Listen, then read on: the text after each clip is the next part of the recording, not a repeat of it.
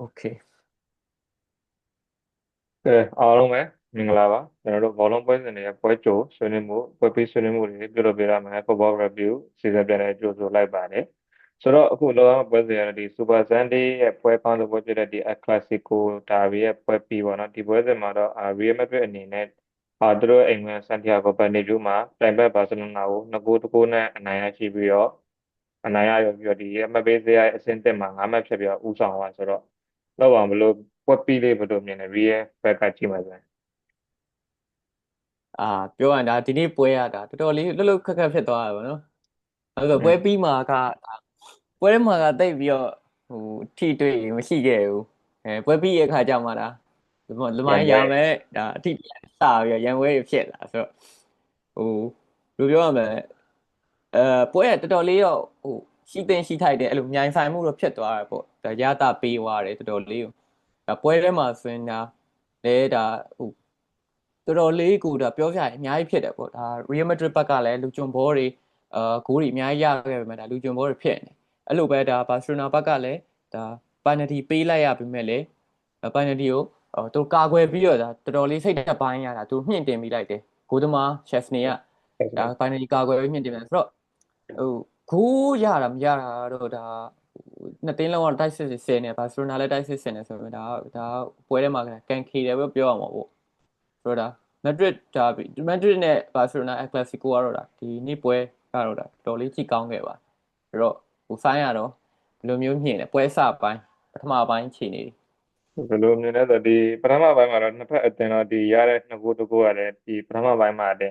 ရသွားပါတော့ဆိုတော့ဘယ်လိုပြောရမလဲဆိုတော့ဒီပထမပိုင်းမှာတင်ဒီအဘပေအနေနဲ့ဒီဘာစီလိုနာရဲ့ defense ကိုကောင်းကောင်းကြီးဒုက္ခပေးတယ်တခါဒီ highlight defense ကြောင့်မို့လားသူလူကျွံသွားတာပေါ့နော်မဟုတ်ရင်တော့သူပထမပိုင်းကနေသူတွင်ကိုတွတဲ့နှစ်ကိုလောက်ရတယ်ပေါ့နော်ပထမတစ်ကိုကလူကျွံတယ်ဆိုပြီးသူပယ်ဖက်ခံရတယ်ပြီးတော့ဒီဒုတိယကိုကြည့်မယ်ဆိုရင်တော့ဒီဘယ်လင်ဂမ်နဲ့အမ်ဘာပေရဲ့ဂျာတဲ့ connection ကိုမှဒီအမ်ဘာပေရဲ့ပါနတ်မှုပေါ့နော်တစ်ဖက်ကဘာစီလိုနာရဲ့ Haaland defense ကိုမှဒါပညာတတ်ပပါနဲ့ဖောက်ထွက်သွားတယ်ဒါပေမဲ့အဲ့ဒီဘောလုံးကိုပေးရဲ့ဘယ်လင်ဂမ်လည်းချီကျိုးသူ့အနေနဲ့ vision ကောင်းကောင်းကြီးကိုမြင်ပြီးတော့အမ်ဘာပေကိုတစ်ချက်ညှိုးထိုးပေးရတယ်ပေါ့အမ်ဘာပေကလည်းဒီအခွင့်အရေးရအောင်ယူပြီးတော့ပထမပိုင်းမှာနေဦးဆောင်အဲ့မှာနေကျွန်တော်တို့1-0ဆိုတော့နည်းနည်းတော့ပွဲကငြိမ်မယ်လို့ထင်တာဘယ်တော့မဟုတ်ပါဒါပေမဲ့ပိုတော်မှပုံမြိုင်သွားတယ်ပေါ့နော်ဘာလို့လဲဆိုတော့ဘာစီလိုနာဘက်ကလည်းတကိုးပြန်ရတယ်တကိုးကလည်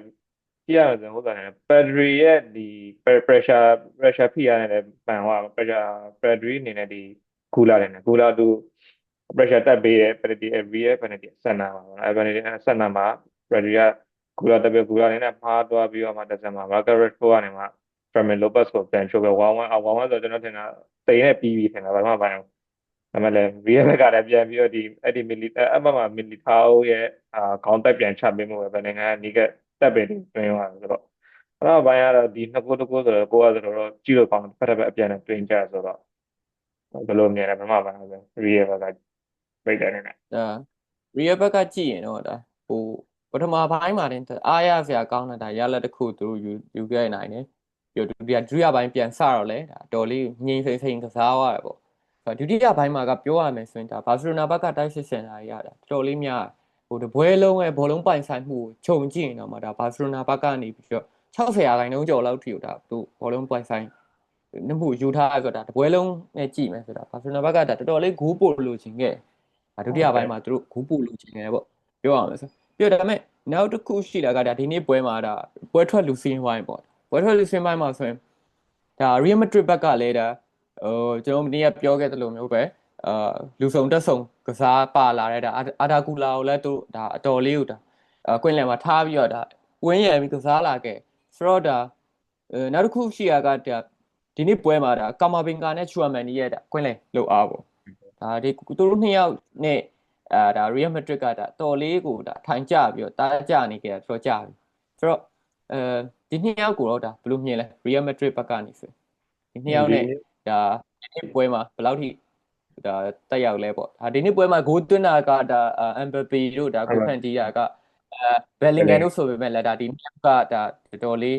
ချူအမန်နီနဲ့ကာမော်ဘင်ကာကဒါလူတွေဘယ်လိုပြောရမလဲဂိုးဂိုးပါဝင်ပတ်သက်မှုမရှိပေမဲ့လည်းဒီပွဲမှာတော်လေး impact ရှိတယ်လို့မြင်တယ်ဗျဆိုတော့ကိုစားရောဘယ်လိုမြင်လဲဗျ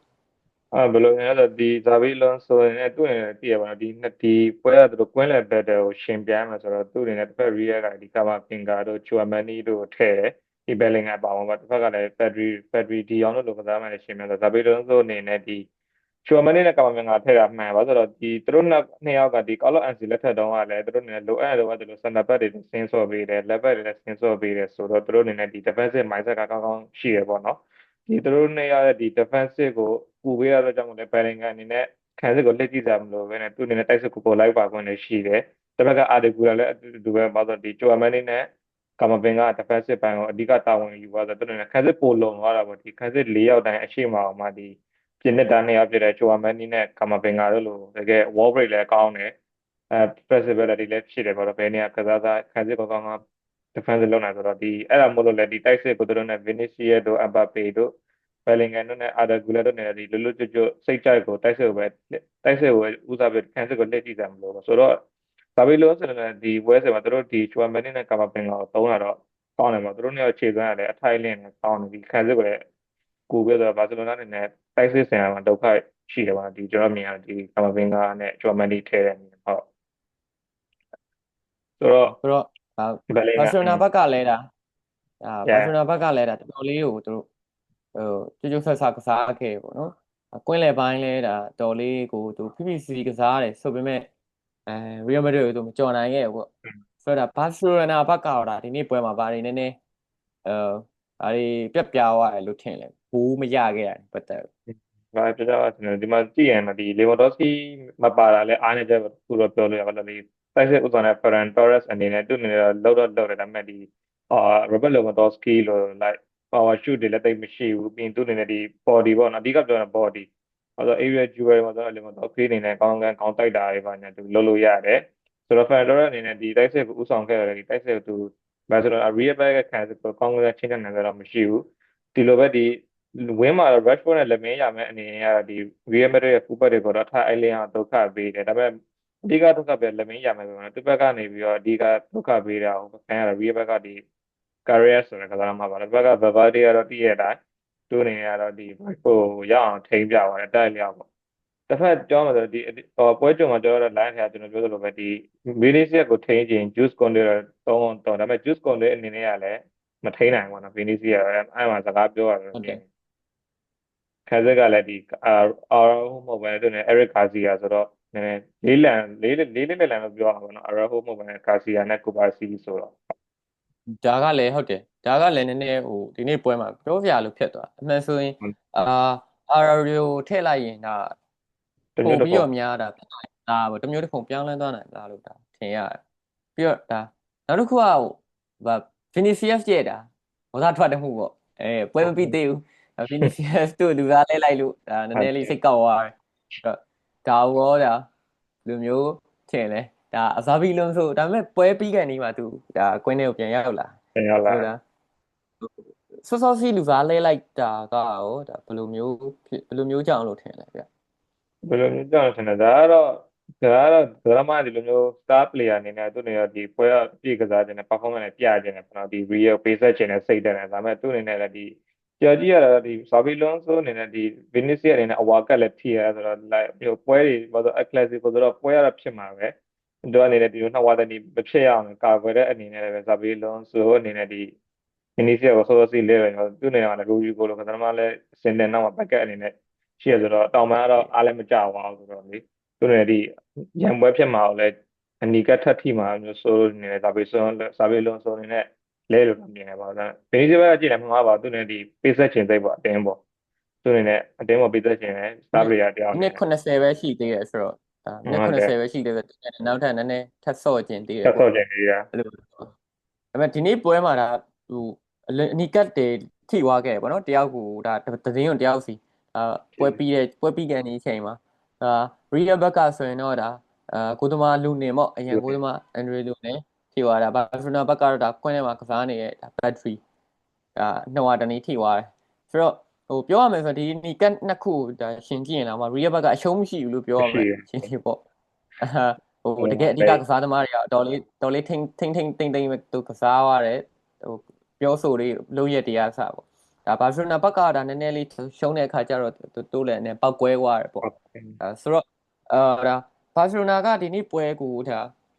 ရှုံးသွားပြီဆိုတော့ဒါအမှတ်ပေးစရာအရလဲဒါရီယယ်နဲ့သူ9မှတ်ထိပြတ်သွားတယ်ဆိုတော့ဒါလာမယ့်နောက်ပွဲတွေမှာဆိုလဲ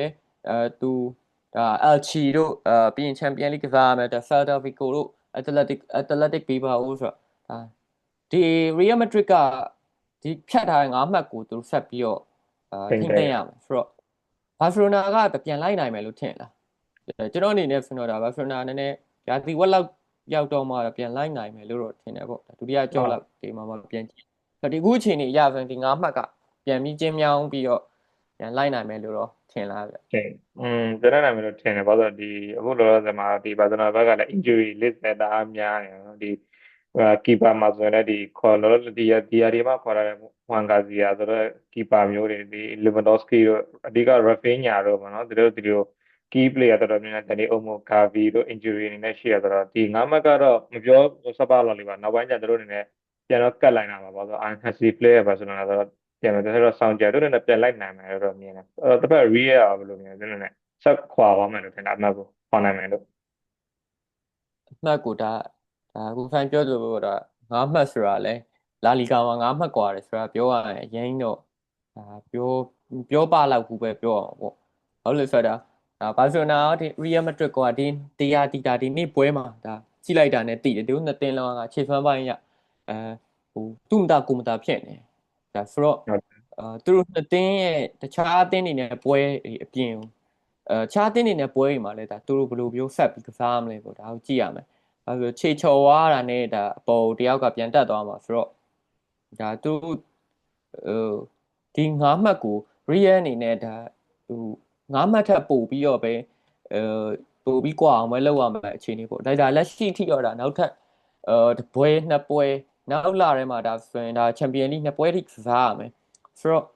ရီယယ်မက်ဒရစ်အနေနဲ့ဒီချန်ပီယံလိနှစ်ပွဲပါဝင်တာလာလီဂါ